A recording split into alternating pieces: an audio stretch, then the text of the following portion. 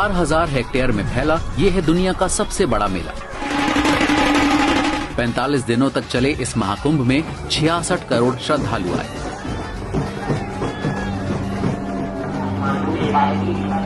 यहाँ सफाई के लिए मौजूद थे 15,000 कर्मचारी और लोगों की सहूलियत के लिए बनाए गए थे 1.5 लाख टॉयलेट।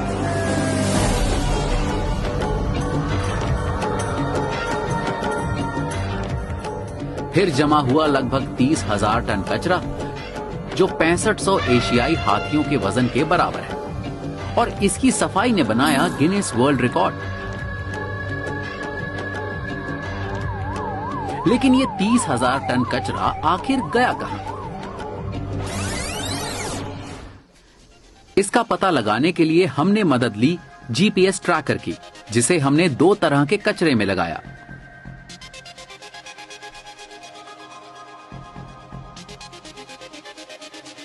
पहला जीपीएस ट्रैकर हमने एक डायपर के साथ डाला। कुंभ में छोटे बच्चों के साथ आने वाले श्रद्धालुओं के कारण ये आम कचरा है, और जानकारों की माने तो एक डायपर को डीकंपोज होने में 500 साल तक का समय लग सकता है। दूसरा जीपीएस ट्रैकर हमने चिप्स के पैकेट और खाने पीने के बाद बचे प्लास्टिक के कचरे के साथ डाला। एक अनुमान के मुताबिक ऐसा कचरा 20 से 500 साल तक पर्यावरण में बचा रह सकता है। अब पता लगेगा कि क्या इस कचरे का निपटान वैज्ञानिक तरीके से होता है या सफाई के दावे सिर्फ कैमरा और रिकॉर्ड तक ही सीमित हैं।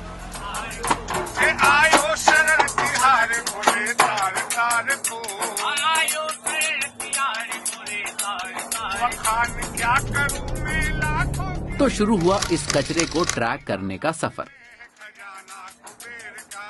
कचरे को ट्रैक करते समय हमारी मुलाकात राम सजीवन और रोहित से हुई, जो कचरा उठाने का काम करते हैं।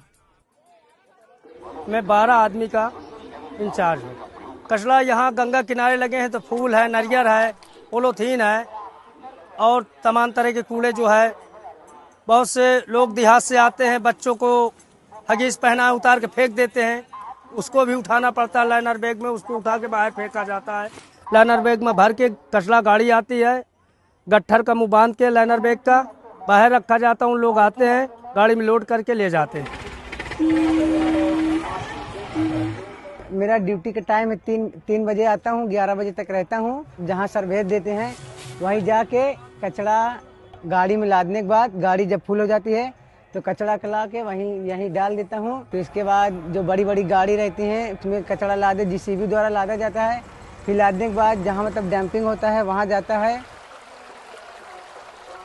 कुंभ से कचरे का उठाव तो बहुत सलीके और मुस्तैदी के साथ होता हुआ दिखा। हमारा जीपीएस ट्रैकर जिस कचरे में रखा था उसे भी उठाया गया, और कुंभ मेले में स्वास्थ्य और सफाई अधिकारी आकांक्षा राणा ने हमें बताया कि इसे कहां ले जाया जा रहा है।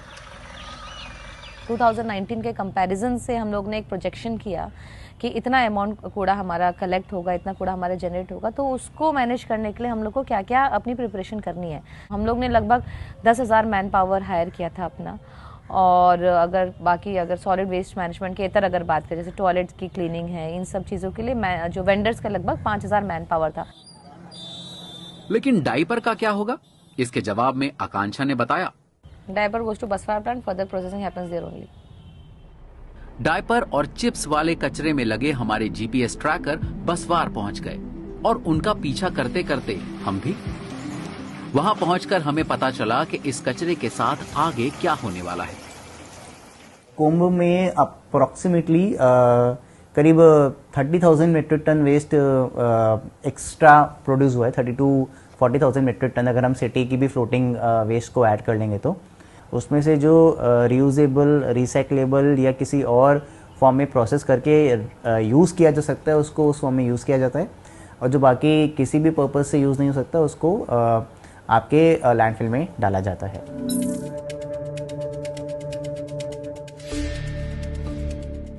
थर्टी to 35% वेस्ट आपका it decomposes when chemicals are being added and because of the liquid content in it. इसमें आपका 5 to 10% कंपोस्ट निकलती है, जो कि आसपास के फार्मर्स वगैरह को अवेलेबल कराई जाती है।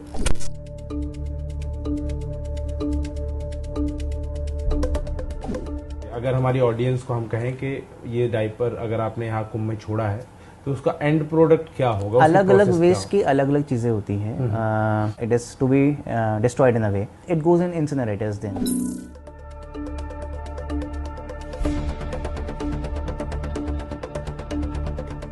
अब इन सारे दावों की हम एक एक करके पड़ताल करते हैं. पहला दावा, प्रोसेसिंग से बना कंपोस्ट गांव के किसानों को दिया जाता है. लेकिन बीबीसी की टीम को गांव वालों ने ये जवाब दिया.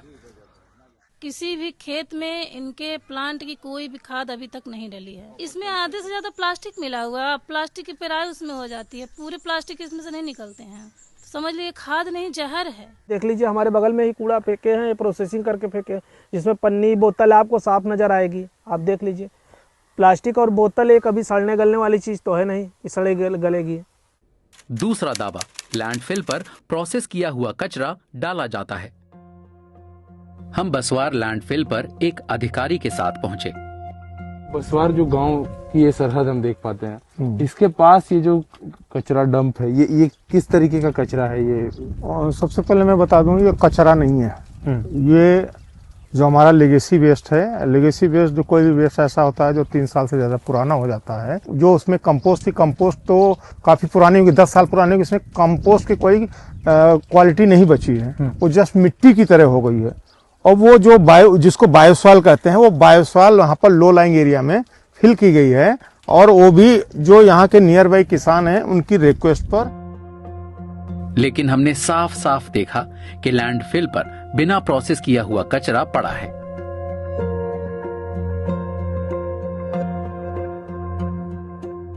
तीसरा दावा, डायपर जैसे कचरे को इंसिनरेटर में भेजा जाएगा. लेकिन हमने जब ट्रैकर देखा तो वो डायपर में बसवार प्लांट में ही पड़ा हुआ था. सरकार का कहना है कि हर एक कचरे का निपटान वैज्ञानिक तरीके से किया गया है, लेकिन वास्तव में कचरा केवल एक जगह से दूसरी और दूसरी से तीसरी जगह शिफ्ट हुआ. दूसरी ओर सरकारी अधिकारियों का कहना है कि इस तरह के कचरे का पूरी तरह निपटारा 45 दिनों के अंदर हो जाता है. लेकिन ये ट्रैकर्स हमें पिछले 114 दिनों से एक्टिव दिख रहे हैं. अगर सरकार का कचरे के वैज्ञानिक प्रोसेसिंग का दावा सही होता तो ये जीपीएस ट्रैकर कब के नष्ट हो गए होते. दावे और हकीकत का फर्क आप खुद देखें और तय करें.